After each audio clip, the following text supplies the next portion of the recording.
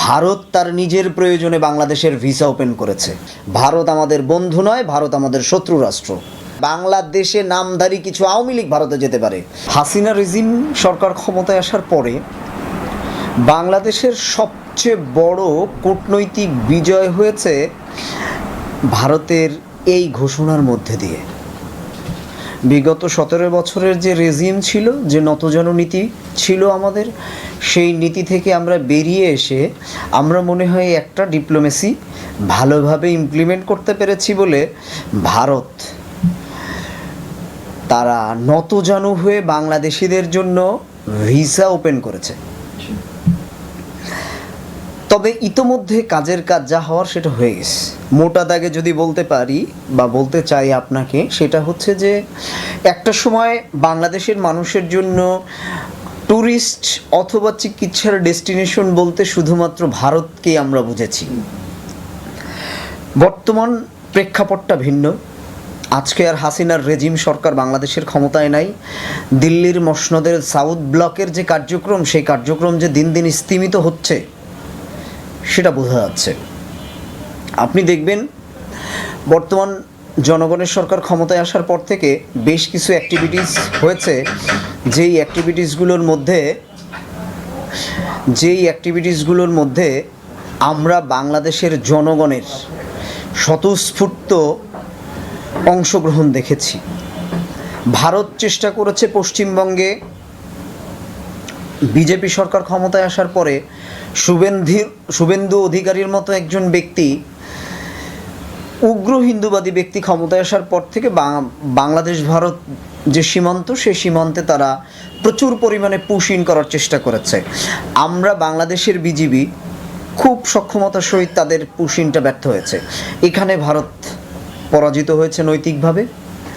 সর্বশেষ ভারত চেয়েছিল বাংলাদেশের মাননীয় প্রধানমন্ত্রী, জনগণের প্রধানমন্ত্রী জনাব তারেক রহমান, তিনি যেন তার প্রথম বিদেশ সফরটা ভারত দিয়ে শুরু করেন।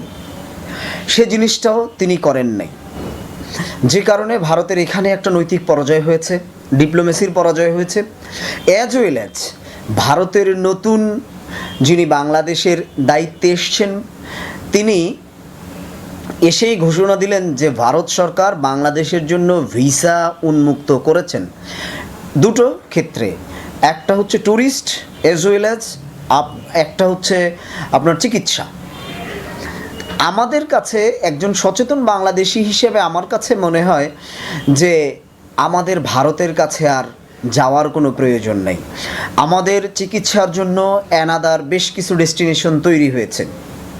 সেই ডেস্টিনেশনগুলো ইতোমধ্যে আপনি চায়নার কথা বলতে পারেন, আপনি থাইল্যান্ডের কথা বলতে পারেন, আপনি তুরস্কের কথা বলতে পারেন, অন্যান্য বেশ কিছু মিডল ইস্ট অথবা এশিয়ার অন্যান্য কান্ট্রি যারা আছে তাদের সাথে আমাদের যে কোলাবোরেশন হচ্ছে, সেই কোলাবোরেশন অনুযায়ী আমরা পৃথিবীর আরও উন্নত দেশে ওই রকম খরচে অথবা ওর চেয়ে অল্প খরচে আমরা ওর চেয়ে উন্নত মানের চিকিৎসা নেওয়ার সুযোগ আমরা পাচ্ছি।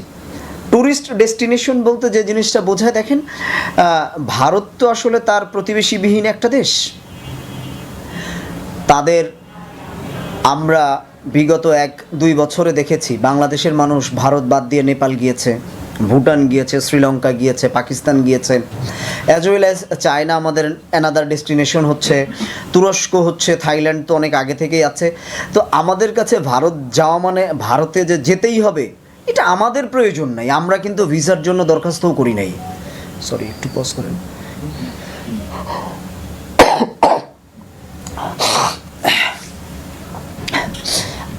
গণপ্রজাতন্ত্রী বাংলাদেশ সরকার কিন্তু ভারতের কাছে ভিসা ওপেন করে দেওয়ার জন্য যে নতজানু নীতি, সেই নীতিতে আমরা যাইনি। ভারত তার নিজের প্রয়োজনে বাংলাদেশের ভিসা ওপেন করেছে। ভারতে আমরা বাংলাদেশের কতজন ব্যবসায়ী ক্ষতিগ্রস্ত হয়েছি গত 2 বছরে আমরা যদি প্রশ্ন করি, আমরা কতজন চিকিৎসার অভাবে মারা গিয়েছি বিগত 2 বছরে আমরা যদি প্রশ্ন করি, বরঞ্চ ভারত না খেয়েছিল কলকাতার মানুষ, Paschimbanga, Marquis street, Kolkata, new মার্কেটের যে আমরা দেখেছি হোটেল মোটেল এগুলো বন্ধ হয়ে গিয়েছে, আমরা দেখেছি মানি এক্সচেঞ্জ বন্ধ হয়ে গিয়েছে, আমরা দেখেছি ট্রিকল ডাউন ইফেক্ট এখানে হয়েছে। মুচিরা পর্যন্ত ব্যবসা পরিবর্তন করতে বাধ্য হয়েছে। তারা বলতে চেয়েছে, তারা হাহাকার তুলছে যে বাংলাদেশের পর্যটক যদি তাদের ওখানে যায় তাহলে তারা দুমুঠো খেতে পারবে। আপনাকে আরেকটু জিনিস বলে দিতে চাই, বেশ কিছুদিন আগে ভারতের একজন মলম বিক্রেতা নামধারী সাংবাদিক তিনি বলেছেন পদ্মার পাড়ে দুর্ভিক্ষ তৈরি হবে, বাংলাদেশের মানুষ শুধু ভাতের অভাবে হাহাকার করবে। আমরা হাহাকার করছি না দাদা ভাই, আপনাদের হাহাকারের জন্যই আপনারা নিজেদের হাহাকার বন্ধ করার জন্য বাংলাদেশিদের জন্য ভিসা খুলে দিয়েছেন। বাংলাদেশের মানুষ ভারতে যাবে কিনা সে ব্যাপারে এখন চিন্তার সময় এসেছে। আমরা খুব ভালোভাবে একটা জিনিস বুঝি, ভারত বাংলাদেশের অকৃত্রিম বন্ধু কোনো দিনই ছিল না। ভারত তার নিজের স্বার্থে পেঁয়াজ বন্ধ করেছে, ভারত তার নিজের স্বার্থে ভিসা বন্ধ করেছে। ভারত মনে করেছিল এই ভিসা বন্ধ করে বাংলাদেশের উপর একটা ডিপ্লোম্যাটিক একটা চাল তৈরি করে, ডিপ্লোম্যাটিক প্রেশার তৈরি করে বাংলাদেশকে তারা একটা আবার পূর্বের মতো নিয়ন্ত্রণ করার চেষ্টা করবে, কিন্তু সে জিনিসটা তারা সর্বশেষ ব্যর্থ হয়েছে। সর্বশেষ আপনাদেরকে আরও কিছু কথা বলতে চাই। ভারতের সাথে আমাদের $1 বিলিয়ন ট্রেডিং আছে। এই ট্রেডিংয়ে সবচেয়ে বেশি লাভবান ভারত। ভারতে আমরা গত বছর পর্যটন খাতে প্রায় 810 কোটি টাকা দিয়েছি ভারতকে। ভারতের কাছ থেকে আমরা কিছু নেই, আমাদের নেওয়ার মতো কিছু নেই ভারতের কাছ থেকে। আমরা 810 কোটি টাকা দিয়েছি শুধুমাত্র ভারতে ট্যুরিস্ট ভিসায় গিয়ে। আমার বাংলাদেশ থেকে 22 লক্ষ মানুষ ভারতে গিয়েছে গত বছর, যখন ভিসা বন্ধ হয়নি। বিগত 2 বছর আগের কথা বলছি, পরিসংখ্যান বলছি। এখন এই যারা ট্যুরিস্ট ডেস্টিনেশনের জন্য ছিলেন তারা কিন্তু অন্য দেশ, অ্যানাদার দেশ ঠিক করে নিয়েছেন। এই জন্য বলছি যে অত দাদাগিরি বাংলাদেশের উপরে ফলাইতে আসবেন না। আর ভারত একটা মবের রাষ্ট্র। ভারত নিজে, আমরা দেখেছি প্রধানমন্ত্রীর প্রেস উইংকে ভারতে ঢুকতে দেওয়া হয়নি।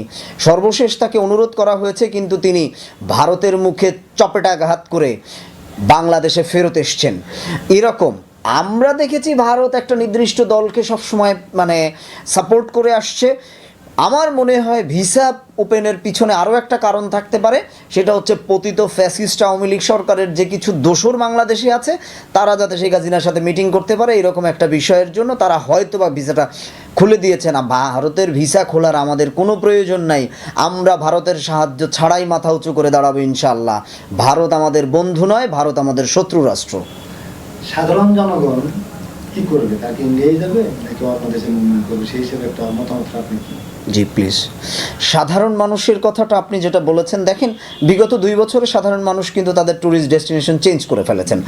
বাংলাদেশের জন্য ভারতে গেলে নির্দিষ্ট পরিমাণ ট্যাক্স দিয়ে যেতে হয়, কিন্তু আপনি যদি ভারতের চেয়ে সুন্দর দেশ নেপালে কিন্তু বাংলাদেশের জন্য 15 days without tax on arrival ভিসার ব্যবস্থা করা আছে। হ্যাঁ, তো সেখানে ভারতের চেয়ে অনেক সভ্য দেশ নেপাল, যে সেখানে আমি 15 দিন থাকতে পারছি উইদাউট ট্যাক্স, উইদাউট পেমেন্ট। হ্যাঁ, ট্রাভেল ট্যাক্স ব্যতীত থাকতে পারছি। সেখানে আমার অন অ্যারাইভাল ভিসা আছে, আমি এয়ারপোর্টের টিকিট কেটেই আমি চলে যেতে পারছি। আমি যদি এশিয়ার মধ্যে যেতে চাই, এশিয়ার অ্যানাদার অনেক ট্যুরিস্ট ডেস্টিনেশন আছে। সেই ডেস্টিনেশনের মধ্যে আপনি সিঙ্গাপুর বলতে পারেন, আমাদের যাওয়ার সক্ষমতা আছে। আমরা মালয়েশিয়ার কথা বলতে পারি, একই পরিমাণ খরচে, বরঞ্চ সেখান থেকে আমরা অনেক বেশি এক্সপিরিয়েন্স গ্যাদার করতে পারি। তো ভারতে আমার কাছে মনে হয় না যে বাংলাদেশিরা যাবে। হ্যাঁ, বাংলাদেশে নামধারী কিছু আওয়ামী লীগ ভারতে যেতে পারে, বাংলাদেশিরা কেউ ভারতে যাবে না। আমাদের ভারত প্রয়োজন নেই। দেশে দেশে সবার সাথে দ্য নিউজ।